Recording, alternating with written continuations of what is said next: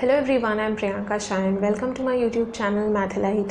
In this video, we'll continue with exercise 2A from chapter Compound Interest without using formula. So starting with question number 9, Govind borrows rupees 18,000 at 10% simple interest. He immediately invests the money borrowed at 10% compound interest, compounded half yearly.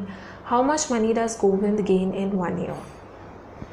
Govind ने बोरो किया है money, ठीक है, and वही money वो invest कर रहा है दूसरी जगह पे. तो जो उसने बोरो किया है that is 18,000 at 10% simple interest बोला गया है, नॉट कंपाउंड इंटरेस्ट, ठीक है. तो सिंपल इंटरेस्ट पे उसने बोरो किया है, बट वो जो इन्वेस्ट कर रहा है मनी, ओके, ये सारा का सारा मनी वो वापस से इन्वेस्ट कर रहा है. So he is investing 18,000 at 10% compound interest. जो वो इन्वेस्ट कर रहा है that is at compound interest and जो बोरो किया है that is simple interest. Year it is compounded half yearly, मतलब एवरी 6 months के बाद वो इंटरेस्ट ऐड हो रहा है उसमें, ठीक है. तो इन शॉर्ट एवरी 6 months के बाद प्रिंसिपल चेंज होगा, okay. How much money does Govind gain in 1 year? 1 year का पूछा गया है तो 1 year का सिंपल इंटरेस्ट एंड 1 year का कंपाउंड इंटरेस्ट फाइंड करना पड़ेगा हम लोग को, ठीक है. How much money does Govind gain in 1 year? Now जो बोरो किया है उस पर कितना इंटरेस्ट लगेगा एंड कितना रिटर्न करना है, एंड जो इन्वेस्ट किया है उसमें उसको कितना मिलेगा वो पहले हम लोग को फाइंड करना है. Only then we'll be able to find कि कितना गेन हुआ है गोविंद को, ठीक है. सो बोरोड के लिए पहले हम लोग देखते हैं, ठीक है, कि क्या इंटरेस्ट आ रहा है, what is the amount that he has to return, okay. So for money borrowed, now Govind has borrowed 18,000, principal 18,000 है, rate of interest is 10%. 1 year के लिए फाइंड करेंगे क्योंकि यहाँ पे 1 year का पूछा गया है. How much money does Govind gain in 1 year, मतलब 1 year में ही उसको रिटर्न करना है और 1 year में ही ये पैसा वापस निकालेगा वो, ठीक है. सो 10% सिंपल इंटरेस्ट, 1 year का इंटरेस्ट हम लोग देखते हैं सिंपल इंटरेस्ट, ठीक है. सो for money borrowed principal is equal to rupees 18,000, rate of interest is 10% and time period is 1 year. Because यहाँ पे 1 year का पूछा गया है तो हम लोग 1 year का ही इंटरेस्ट फाइंड करेंगे, सिंपल इंटरेस्ट, ठीक है. Now simple interest for 1 year find करना है. हम लोग सिंपल इंटरेस्ट का ही फॉर्मूला यूज़ करते हैं कंपाउंड इंटरेस्ट के लिए भी यहाँ पे, because compound interest without using formula है. सो यहाँ पे सिंपल इंटरेस्ट का formula is nothing but P into R into T upon 100. So simple interest for first year देखते हैं कितना आ रहा है. It is P into R into T upon 100, that is nothing but 18,000 into 10 into 1 upon 100. 0 0 cancel हो जाएगा. So it is rupees 1800, okay. This is the interest, simple interest, ठीक है. अब उसने इतना मनी बोरो किया है, उसमें इतना इंटरेस्ट ऐड होके उसको इतना रिटर्न करना है 1 year के बाद, ठीक है. So amount to be returned after 1 year, ठीक है, और at the end of 1 year.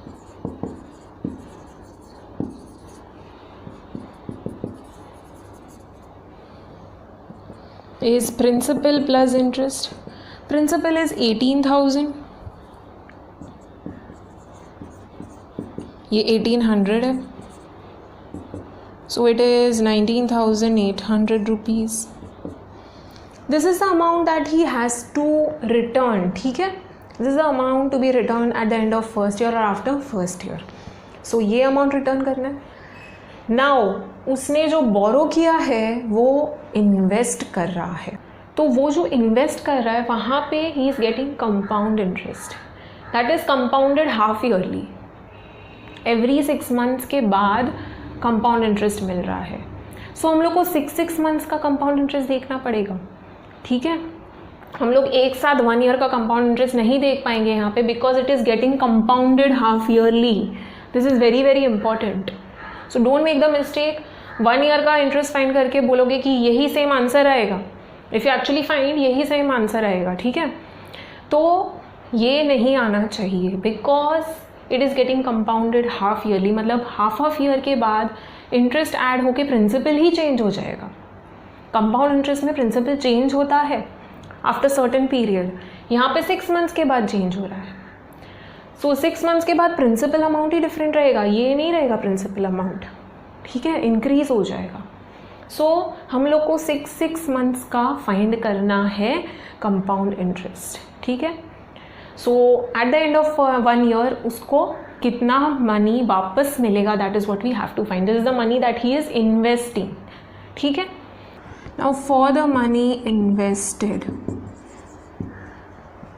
वो सारा का सारा मनी इन्वेस्ट कर रहा है, he immediately invest the money borrowed at 10% compound interest, interest same है, कंपाउंडेड हाफ ईयरली, मतलब हाफ ईयर के बाद प्रिंसिपल चेंज होगा, तो हम लोग को हाफ ईयर का फाइंड करना पड़ेगा, ठीक है। यहाँ पे 1 ईयर का फाइंड करना मतलब हाफ ईयर का 2 पार्ट्स में फाइंड करना पड़ेगा। सो half year, be very very careful, 1 year ले लिया तो पूरा आंसर रॉन्ग आ जाएगा, ठीक है। Now 18,000, now this is for the first 6 months, तो यहाँ पे लिखना पड़ेगा, ठीक है, for the money invested. Next line पे for first 6 months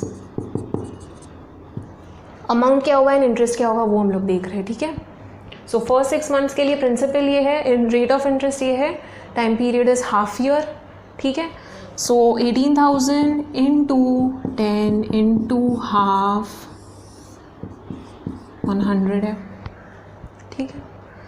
so 0 0 0 0 cancel हो जाएगा, 2 5s, okay. So this will give 900, ठीक है। So 900 is the interest for first 6 months. So अब हम लोग amount at the end of first 6 months देखते हैं। At the end of first 6 months amount क्या हो जाएगा, प्रिंसिपल प्लस इंटरेस्ट। प्रिंसिपल है 18,000, इंटरेस्ट इज 900, सो ये हो जाएगा 18,900 रुपीज़, ठीक है। ये अमाउंट अब नेक्स्ट 6 मंथ्स का प्रिंसिपल बन जाएगा, ठीक है। जो सेकेंड हाफ है उसके लिए ये प्रिंसिपल अमाउंट बन जाएगा।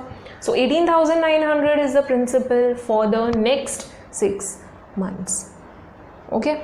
So for next 6 months principal is previous जो हाफ ईयर का अमाउंट है, ठीक है। So that is 18,900। यहाँ पे हाफ ईयरली कंपाउंड इंटरेस्ट हो रहा है, ठीक है, add up. So half year में कंपाउंड हो रहा है, सो दैट इज़ वाई हम लोग हाफ ईयर में इसको डिवाइड कर रहे हैं। नॉर्मली 1 ईयर में कंपाउंड होता है, बट यहाँ पे हाफ ईयर है, सो इसलिए हम लोग हाफ ईयर में डिवाइड करके कर रहे हैं। So principal is 18,900, rate of interest is same, time period half year, next 6 months का फाइंड कर रहे हैं। So 18,900 into 10 into half upon 100 है, 0 0 कैंसिल हो जाएगा, 1890, ये 2 5 हो जाएगा, ठीक है। सो 189 इंटू 5 करते हैं, 9 5 45, सो 8 5 40 44 हो जाएगा। सो 945 rupees is the interest for the next half. Now amount at the end of first year या फिर amount at the end of next 6 months, ऐसे भी लिख सकते हो, okay. So it is nothing but amount at the end of first 6 months, ठीक है।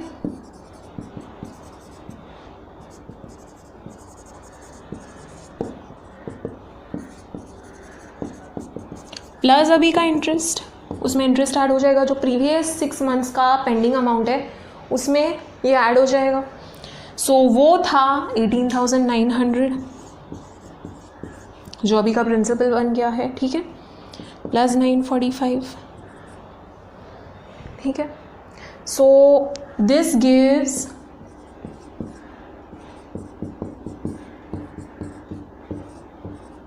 19,845, ठीक है। So I am writing over year only 19,845 rupees is the amount he'll get after 1 year. जहाँ पे इन्वेस्ट किया है उसमें उसको इतना वापस मिलेगा. Okay, so this is the amount he get at the end of first year. यहाँ पे कंपाउंड इंटरेस्ट नहीं फाइंड करना है. What we are asked is how much money does Govind gain in 1 year. सो यहाँ पे हम लोग को अमाउंट पे फोकस करना है, कंपाउंड इंटरेस्ट पे फोकस नहीं करना है. ठीक है, वहाँ पे उसको अमाउंट जो बोरो किया था वहाँ पे पे करना है 19,800. We had calculated along with the interest he has to pay 19,800. यहाँ पे उसको मिल रहा है 19,845. ठीक है, so amount to be return at the end of first year is 19,800. ये जो बोरो किया था रिटर्न करना है. Now amount he will get back at the end of first year is rupees 19,845. कौन सा वाला ग्रेटर है? जो वापस मिल रहा है वो ग्रेटर है. This is lesser amount. ठीक है, 45 रुपीज़ कम है. So money gained by Govind is amount he will get back at the end of first year minus amount he got back minus amount he has to return. ठीक है, so amount he got back minus the amount to be returned at the end of 1 year लिखना है. ठीक है, वो मैंने नहीं लिखा है, I have written in short. So 19,845 minus 19,800, that is nothing but 45. So 45 rupees is the amount that he gained in 1 year. So यहाँ पे लिखना पड़ेगा money gained by Govind in 1 year. Final statement लिख लेना. ठीक है, I'm not writing down the final statement. लिख लेना. Amount gained by Govind in 1 year is rupees 45. Let's read the next question. Question number 10. Find the compound interest on rupees 4,000 accrued in 3 years when the rate of interest is 8% for the first year and 10% per year for the second and the third years. So this one is very easy. Compound interest calculate करना है. Okay, on rupees 4,000 principal amount दिया हुआ है. Okay, for 3 years मतलब 3 parts में करना पड़ेगा question को डिवाइड. ठीक है, first year, second year and third year individually interest calculate करना पड़ेगा. When the rate of interest is 8% for the first year का interest is 8% and 10% is for second and third years. So keep in mind rate of interest change हो रहा है. Okay, now let us find for the first year. So for first year principal क्या हो जाएगा? 4,000. Okay, rate of interest for the first year is 8% and time period is 1 year. For first year 8% है. Interest calculate करते हैं. It is P into R into T upon 100, that is 4,000 into 8 into 1 upon 100. 0 0 0 0 cancel हो जाएगा. 8 4 32 rupees 320 is the interest. Now let us calculate the amount to be paid at the end of first year. Okay, amount in first year. First part के लिए amount हमेशा क्या होता है? Principal plus interest. That is it will be 4,000 plus 320. ठीक है, so that will be 4,320. Okay, so this is the amount in first year. Now let us calculate for the second year and third year. Second and third के लिए 10% rate of interest है. Okay, so for second year principal is 4320, जो previous year का amount होता है that becomes the principal for the next year. Okay, so rate of interest is 10% second and third year के लिए. So second and third दोनों के लिए rate of interest same है. अब now let us substitute the values. 4320 into 10 into 1 upon 100, 0000 cancel हो जाएगा. सो 432 rupees is the interest. So amount in second year is nothing but amount in first year plus interest. Okay, so amount in first year plus the interest. I am using short forms, please don't use short forms, full words लिखना है. Okay, सो अभी का interest कितना है 432, वो add करेंगे in previous year का amount. Previous year का अमाउंट कितना था 4320 which has become principal now. ठीक है, so 4320 plus 432. Okay, 4320 432, so that will give 4752 rupees. This is the amount in the second year. Now the amount in the third year, that is final year. बोला गया है 3 years के लिए compound interest find करना है. ठीक है, तो 3 years का अमाउंट पहले कैलकुलेट करते हैं, फिर कंपाउंड इंटरेस्ट पे आएंगे. Now for the third year this is going to be the principal. Okay, so 4752 is the principal for the third year. So third year 4752 previous year का amount becomes this year का principal. 4752 into 10 into 1 upon 100, 0000 cancel हो गया. So 4752 upon 10 is basically 475.2 rupees. ठीक है, now amount in third year is amount in second year previous year का amount. ठीक है, plus the interest. Don't use short forms, full word लिखना है. Amount in second year was 4752. ठीक है, plus 475.2, 475.2 plus 475.2,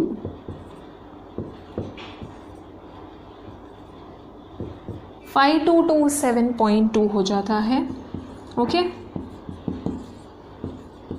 you can add 0. ठीक है, it does not matter whether you add 0 or not. So this is the amount in third year. Okay, now we'll calculate the compound interest. Okay, we have to find the compound interest on the amount in 3 years. So compound interest is basically 3 years के end में जो amount होता है minus the original principal. Original principal, this is the money. ठीक है, so 4000 is the original principal. So this amount final amount, सबसे final year का amount जो फाइनल अमाउंट मिलता है माइनस द ओरिजिनल प्रिंसिपल. ठीक है, so let us find the compound interest now. So compound interest is amount in 3 years minus original principal. Okay, amount in 3 years is 5227.2. okay, or you can add 0. ठीक है, does not matter. Original principal is 4000. So 5227 minus 5227.2 minus 4000 is nothing but 1227.2. It's very easy. So this is the compound interest, okay, in 3 years. Okay, so you have to write down the final statement. The compound interest accrued in 3 years is 1227.2 rupees. Okay, you can add 0 if you want. It does not matter. Okay, anyway your answer is correct.